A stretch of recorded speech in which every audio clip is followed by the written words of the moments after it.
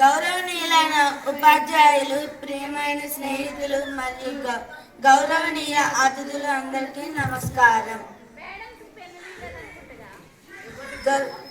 ఈరోజు మనం ఉపాధ్యాయ దినోత్సవాన్ని జరుపుకోవడానికి ఇక్కడ సమావేశమయ్యాము. ఈరోజు మన జీవితాలను మలిచే, మన మనసులను జ్ఞానంతో నింపే మరియు మన భవిష్యత్తును రూపొందించే గురువులను సత్కరించే రోజు.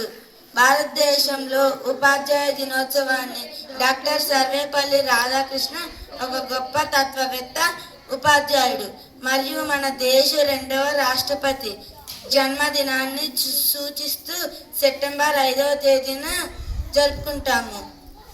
గురువు అనేది కేవలం ఒక పదం కాదు, అది ఒక బాధ్యత, ఒక మార్గదర్శక శక్తి. ఉపాధ్యాయులు మన జీవితాల్లో దీపాలు, మనలను అజ్ఞానం యొక్క చీకటి నుండి జ్ఞానం యొక్క వెలుగులోకి నడిపిస్తారు. వారు కేవలం పాఠాలు మాత్రమే బోధించరు, వారు మనలో ఆత్మవిశ్వాసం, క్రమశిక్షణ మరియు నీతిని నింపుతారు. ఒక గురువు లేకుండా జీవితంలో ఏ విజయం సాధ్యం కాదు. వారు మన లక్ష్యాలను చేరుకోవడానికి మనకు రెక్కలు ఇస్తారు. అదే సమయంలో మనలను భూమిపై నిలబెట్టే విలువలను నేర్పుతారు. డాక్టర్ రాధాకృష్ణన్ ఒకసారి ఇలా అన్నారు: జ్ఞానాన్ని సరిగ్గా ఉపయోగించినప్పుడు మాత్రమే అది నిజమైన శక్తిగా మారుతుంది. మన ఉపాధ్యాయులు ఈ జ్ఞానాన్ని మనకు అందజేయడమే కాకుండా దీనిని సరైన దిశలో ఉపయోగించడానికి మనకు మార్గనిర్దేశం ఇస్తారు.